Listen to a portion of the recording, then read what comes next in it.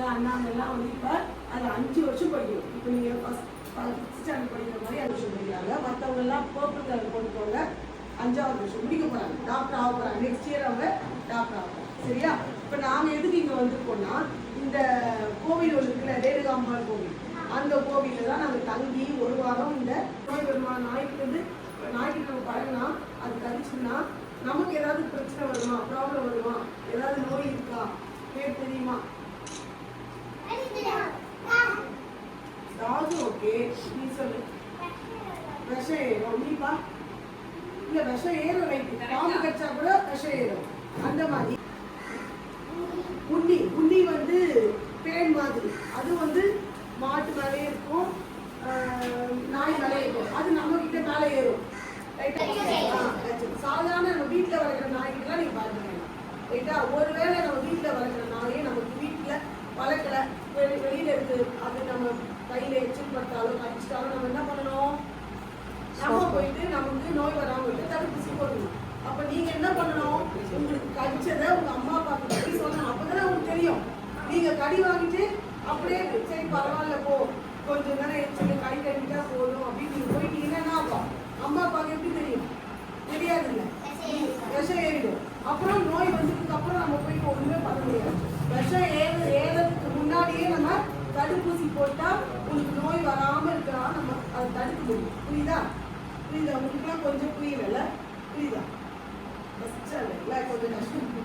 சரி பரவாயில்ல, எவ்வளோ புரிஞ்சுதோ அக்கா உங்களுக்கு சொல்லுவாங்க. சரியா? ஸோ இப்போ நீங்கள் நாய் கடிச்சாலும் நாயோட எச்சில் உங்கள் மேலே பட்டாலும் யாருக்கு அதுக்கு அப்போ எச்சில் பட்டா உடனே அதை சோப் போட்டு நல்லா கழுவும். சோறு தொட்டுக்க முட்டை கொடுத்தாங்களா? சாப்பிட்டீங்களா? சரி, எல்லாரும் முட்டை சாப்பிட்றீங்களா?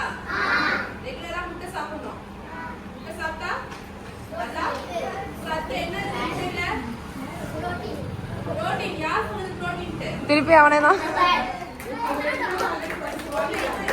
நீ ட்ரை பண்ணிட்டியா? நீ வாங்கிட்ட. சரி ஓகே.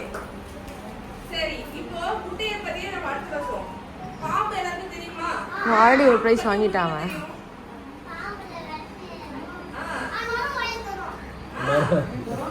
நோரா வாயில தரலாம்.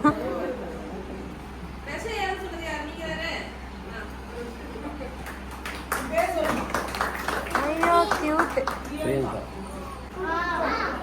ஏ அந்த பொண்ணு குடிக்காதுன்னு சொல்லிச்சு.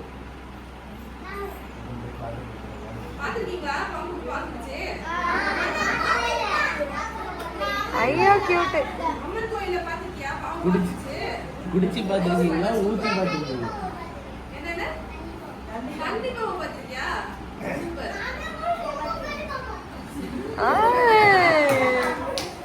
சரி ஓகே ஓகே. யாரெல்லாம் பால் குடிக்காதுன்னு சொல்றீங்க? ஏன் நீ குடிக்காதுன்னு சொல்ற? சொல்லு சொல்லு சொல்லு, பயப்படாம சொல்லு. பயப்படாம சொல்லு. நீ ஏன் குடிக்காத? சும்மா சொல்லு. உனக்கு gift உண்டு. எது சொன்னாலும் gift உண்டு உனக்கு. சொல்லு. குடிக்காது அவ்வளவுதான். அதுக்கு மேல கேட்காதீங்கயா?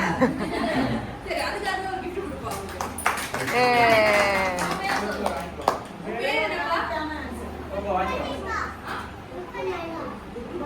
பாட்டி பேரு உண்மையாவே பாம்பு பால் குடிக்காது. ஏன்னா நீங்க பால் குடிக்கிறதுனா எப்படி குடிப்பீங்க? டம்ளர்ல உறிஞ்சில நாயெல்லாம் இருக்குல்ல, அதுக்கும் வைத்தியம் பண்ணுவாங்க தெரியுமா? ஹாஸ்பிட்டல்லாம் இருக்கு, உங்களுக்கு தெரியுமா? அந்த ஹாஸ்பிட்டல் பேர் என்ன தெரியுமா? Very good.